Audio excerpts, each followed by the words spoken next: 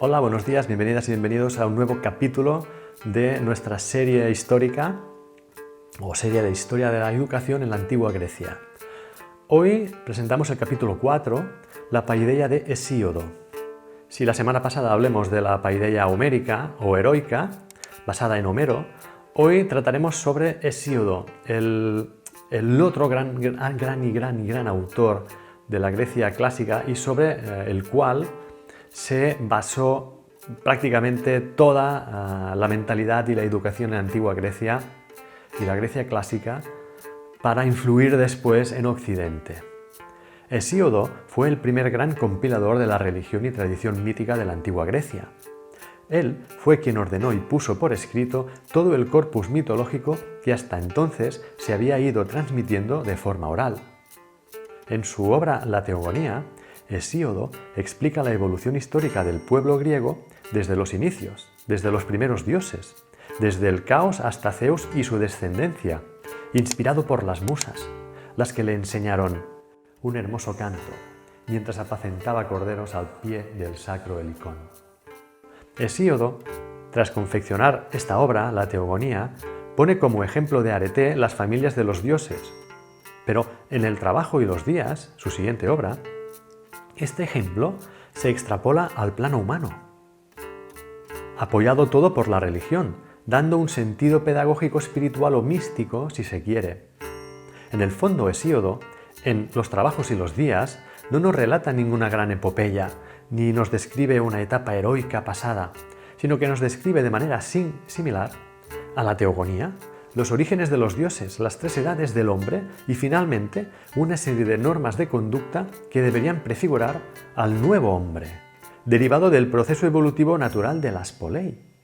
Se trataba de exponer unos nuevos ideales, basados ahora sobre todo en el trabajo y no tanto en los viejos ideales guerreros de honor tan característicos de la sociedad plutocrática de los aristoioméricos. Por lo tanto, podemos decir que Hesíodo se apartaba de la narrativa épica, entendiendo que los nuevos tiempos necesitaban de una educación masculina fomentada en otros ideales, los cuales en cierta medida ayudarían a democratizar, aunque solo fuera un poco, sobre todo la sociedad de los hombres libres. En toda su obra, el papel subordinado de la mujer queda bien patente. Las bases de la futura educación arcaica en casi toda Grecia y el reparto de roles en materia de género que conformaría la misma quedan bien asentadas en esta obra de Los trabajos y los días. Hesíodo justifica el reparto de roles y estas nuevas bases a partir del mito de Prometeo y Pandora. El autor elabora su relato a partir de la traición de Prometeo al señor de los dioses Zeus. El hijo de Japeto, Prometeo, robó el fuego al gran dios para dárselo a los hombres y descargarlos de las duras fatigas a las que estaban sometidos. Pero ante esta traición, Zeus se enfadó. Lo amenazó diciéndole la que le esperaba. Enorme desgracia caerá sobre ti en particular y sobre todos los hombres futuros. A partir de ese momento, el relato comienza a tomar forma y a partir del castigo de Zeus, Pandora, se justifica que las mujeres pasen a estar despreciadas en toda la Grecia arcaica y posterior y carentes de cualquier derecho cívico, al tiempo que también fueran despreciadas por regla general de la vida ciudadana. Se había puesto en la base mental de los ciudadanos el perverso papel de la mujer fatal, Pandora. Os recomiendo muchísimo que leáis este relato, este mito de Prometeo, de Pandora. Es muy interesante y ofrece paralelismos con otros relatos también antiguos, como por ejemplo el Génesis y Adán y Eva. De hecho, veremos cómo de estas bases se desprende la idea de la total imposibilidad de enseñar ni educar a las mujeres, pues a partir de las premisas de Hesíodo, estas llevaban en su interior una especie de incapacidad innata para poder aprender nada que no fuera a base de golpes y de leyes o derechos consuetudinarios. Como bien se ve, por otra parte, en la Odisea, cuando Odiseo llega de su periplo.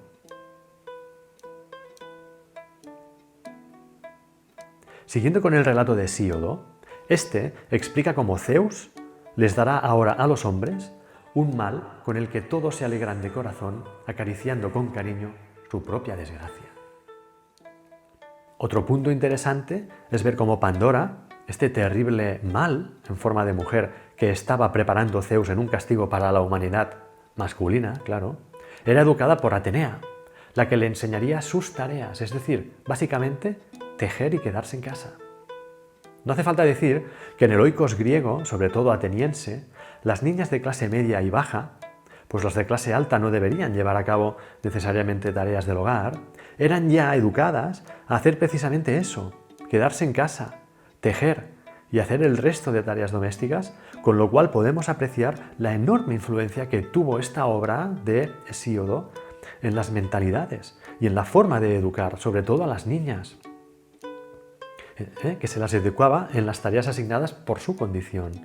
No solo la mujer era por sí misma portadora de grandes males, según Hesíodo, sino que su atribuida curiosidad irreprimible fue causa de que todos estos males se esparcieran por el mundo de los hombres, los cuales habían sido hasta ese momento libres de males y exentos de la dura fatiga y las enfermedades que acarrean la muerte. Por lo tanto, la responsabilidad de que ahora los hombres, los cuales habrían vivido libres de cualquier desgracia durante años, pasaran a verse obligados a trabajar para poder comer, sufriendo las desgracias y enfermedades que los afectarían enormemente, era de una mujer, Pandora, y por extensión de todas las mujeres. Tal y como vimos en el capítulo anterior, en el relato de Homero, Príamo exime de toda responsabilidad por la guerra con los troyanos a Helena. En cambio, Hesíodo lo tiene claro. Toda la responsabilidad de los males del hombre es Pandora. Una mujer. No es de extrañar, pues, que en ese contexto de cosas, esta tradición trenzada y relatada por Hesíodo pesara en las mentes de todos los hombres, provocando su aversión y odio hacia la responsable de todos los males del mundo, un ser femenino. Esta educación mental fue bastante decisiva en los siglos posteriores, no solo en la tradición oriental, sino también en la tradición occidental, provocando una gran serie de situaciones de las que la mujer pagaría siempre las consecuencias.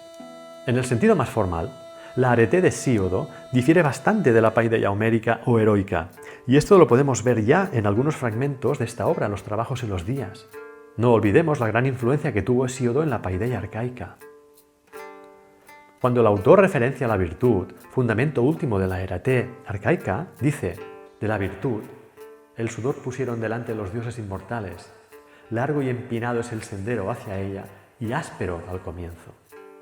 Está claro que en los primeros años del periodo arcaico, los aristoi dominaban las polei, por lo que podemos ver un relato destinado no a ellos, sino a una clase media trabajadora de ciudadanos, los cuales empiezan a entender la virtud bajo un nuevo punto de vista.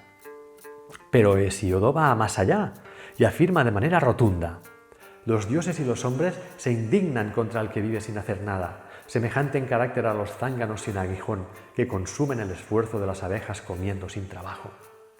No hay duda, está criticando a la clase aristocrática sin vacilar, a la vez que está asociando la verdadera virtud al trabajo y al sacrificio, a la burguesía.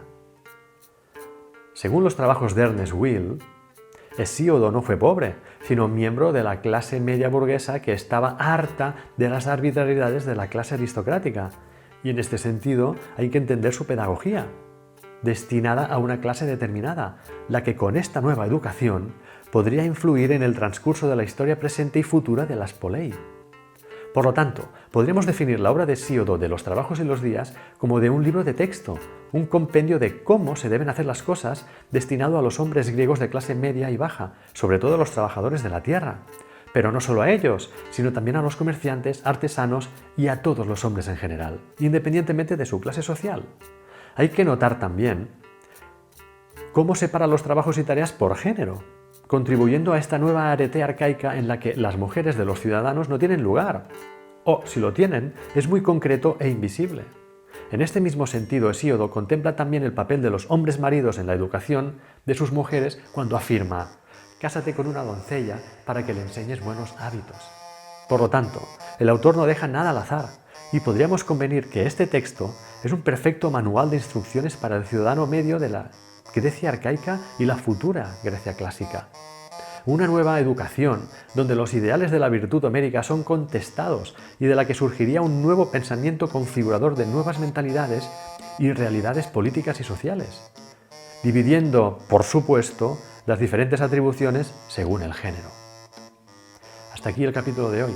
Espero que os haya gustado y en el siguiente capítulo entraremos ya a fondo con la educación espartana, un tema fascinante. Lo vamos a tratar a partir de fuentes primarias, ¿ok? Habrá alguna fuente secundaria, pero esto lo vamos a ver en el siguiente capítulo. Espero que os haya gustado este.